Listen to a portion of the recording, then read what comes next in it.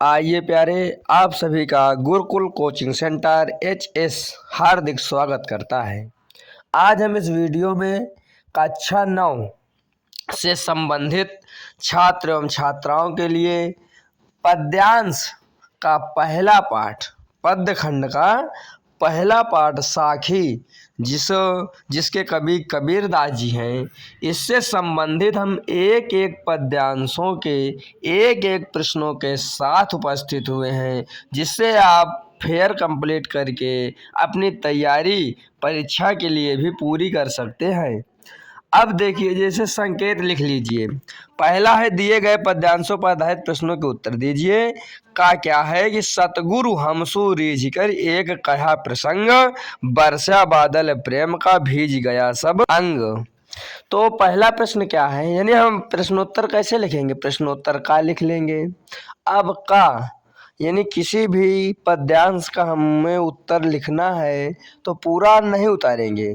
सतगुरु, किसी भी पद्यांश का पहला शब्द और उसी पद्यांश के आखिरी के एक दो शब्द, जैसे सदगुरु से लेकर सब अंग, ये हमारा हो गया संकेत।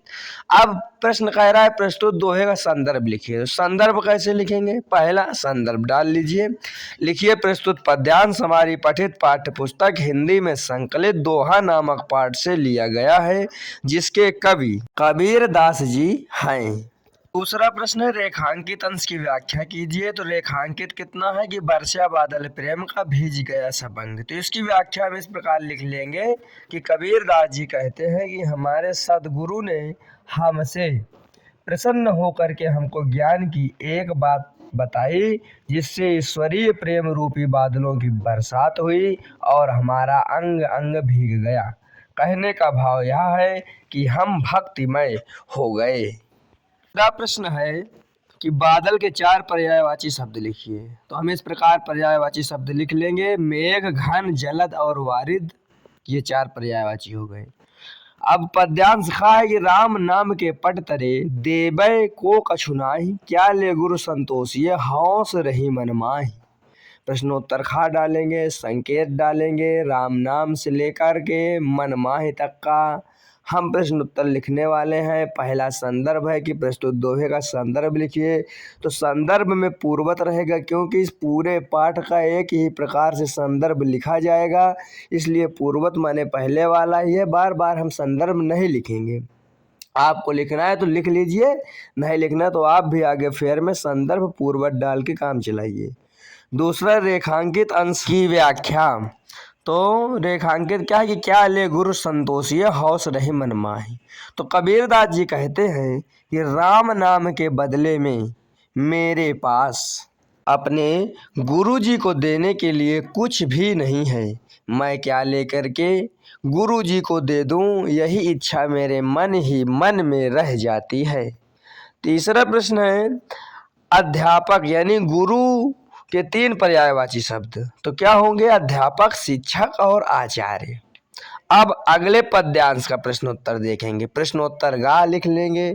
इस प्रकार माया दीपक से लेकर के एक आध उपरंत तक का हम संकेत बना लेंगे। पहला प्रश्न है, प्रस्तुत दोहे का संदर्भ लिखिए। तो संदर्भ पूर्वत रहेगा, यानी पहले वाला ही इसमें भी संदर्भ रहेगा। तो संदर्भ के बाद हम पूर्वत लिख लेंगे, ये एक हमारा काम बचेगा। दूसरा, रेखांकित अंश की व्याख्या कीजिए। इसकी व्याख्या में इस प्रकार लिखेंगे कि कबीरदास जी कहते हैं कि यह संसार माया मोह रूपी दीपक है, जिसमें सांसारिक मनुष्य भ्रमित होकर के पतंगे की भांति ही अपना जीवन नष्ट कर डालता है। यानी कहने का आशय, जैसे पतंगा दीपक के प्रकाश को बहुत अच्छा समझता है, उसके पास जाता है तो मर जाता है, नष्ट हो जाता है। तो इसी प्रकार वो कह रहे हैं संसार में कुछ नहीं रखा, सांसारिक माया मोह का बंधन त्यागो। तीसरा प्रश्न है, गुर और ज्ञान का तत्सम रूप क्या है? तो गुर का गुरु तथा ज्ञान का तत्सम रूप ज्ञान होता है। अगला पद्यांश है घा कि अखड़ियाँ झाई पड़ी पंथ निहार निहार, जी भड़िया छाला पड़िया राम पुकारी पुकार। तो प्रश्नोत्तर घा देखेंगे, इस प्रकार संकेत लिख लेंगे, संदर्भ पूर्वत रहेगा। तीसरा प्रश्न है, रेखांकित अंश की व्याख्या। कीजिए, यानी दूसरा प्रश्न है।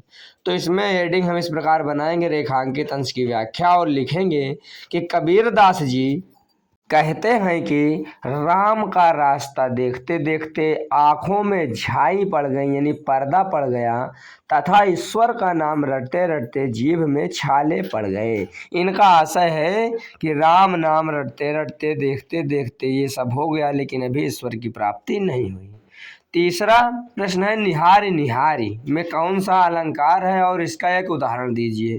तो निहारी निहारी में पुनरुक्ति प्रकाश अलंकार है। पुकारी पुकारी इसका अन्य उदाहरण होगा। अगला पद्यांश अंगा देखिए। तो इस प्रकार झूठे सुख को सुख कहें मानत है मनमोज। तो इसका संदर्भ इसका पहला है तो पूर्वत रहेगा। रेखांकित अंश की व्याख्या हम इस प्रकार लिखेंगे कि कबीरदास जी कहते हैं कि सांसारिक प्राणी संसार के भौतिक स्वरूप को सुख समझकर मन ही मन प्रसन्न हो रहे हैं, जबकि इस संसार मृत्यु का चबैना है, कितनों को तो खा चुका है और बहुतों को अपनी गोद में लिए हुआ है, अर्थात बहुतों का नंबर लगाए हुए है। जो बीमार हैं बूढ़े खुर्र खुर्र कर रहे हैं, तो ये इनको काल चबाएगा, यानी जैसे हमारा आपका चबाइना चना लाई है ना, वैसे इसका चबाइना क्या है, मनुष्य। तो घमंड नहीं करना चाहिए, कबीरदास जी कहते हैं शरीर के ऊपर। तीसरा प्रश्न क्या है कि काल के 4 पर्यायवाची शब्द लिखिए। तो मृत्यु, मौत, समय और बेला ये 4 पर्यायवाची हैं। किया तन काचा कुंभ है, लिया फिर था साथी। प्रश्नोत्तर क्या का हम उत्तर देखेंगे। दूसरा इसका प्रश्न है कि रेखांकित अंश की व्याख्या। तो कबीरदास जी कहते हैं कि यह शरीर तो कच्चे घड़े के समान है, जरा सा धक्का लगने पर यह फट जाता है, अर्थात शरीर समाप्त हो जाता है और हाथ में कुछ नहीं आता है। कवि कहना चाहता है कि ईश्वर का स्मरण करना ही इस शरीर का मुख्य कर्म व धर्म है। तीसरा प्रश्न है कुंभ के 2 समानार्थी शब्द लिखिए। तो कुंभ के 2 समानार्थी शब्द होते हैं घड़ा और कलश। तो इस प्रकार लिख लेंगे, कुंभ के 2 समानार्थी शब्द घड़ा और कलश होता है। अगला पद्यांश है छा कि कबीर कहा गर्बियो देही देख सुरंग, बिछड़िया मिलबो नहीं जियो का चली भुवंग। प्रश्नोत्तर छा लिखेंगे। पहला प्रश्न संदर्भ है, संदर्भ पूर्वत ही रहेगा। दूसरा प्रश्न रेखांकित अंश की व्याख्या कीजिए। तो हम लिखेंगे हेडिंग डालकर कि कबीर कहते हैं कि अपनी सुंदर और आकर्षक शरीर पर घमंड नहीं करना चाहिए, क्योंकि यह नश्वर है, यानी नाश होने वाली है। एक बार शरीर नष्ट होने पर इसकी प्राप्ति उसी प्रकार नहीं हो सकती जिस प्रकार सांप का केचुला दोबारा सांप के काम नहीं आ सकता। तीसरा प्रश्न है देही देख में कौन सा अलंकार है। तो कबीर कहा और देखी देही देख में अनुप्रास अलंकार, क्योंकि का की आवृत्ति पहले में हुई कबीर कहा और दूसरे में दा की आवृत्ति हुई देही देखी, तो दोनों में अनुप्रास अलंकार है। तो इस प्रकार एक एक पद्यांश के एक एक अभ्यास प्रश्न आपके समक्ष हमने करवा दिए। यदि कोई भी आपके मन में प्रश्न उत्पन्न हो रहा हो तो कमेंट बॉक्स के माध्यम से आप हमसे उसका उत्तर प्राप्त कर सकते हैं।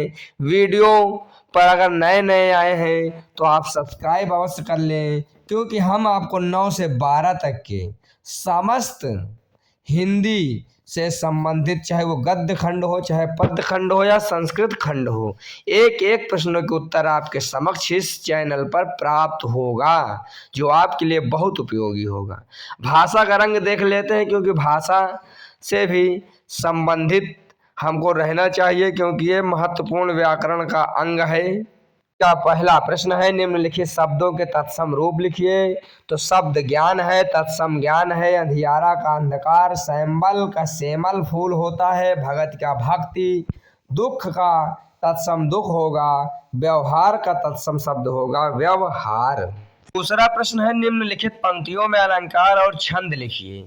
तो आज सतगुरु हमसे रीझ करी एक कहा प्रसंग।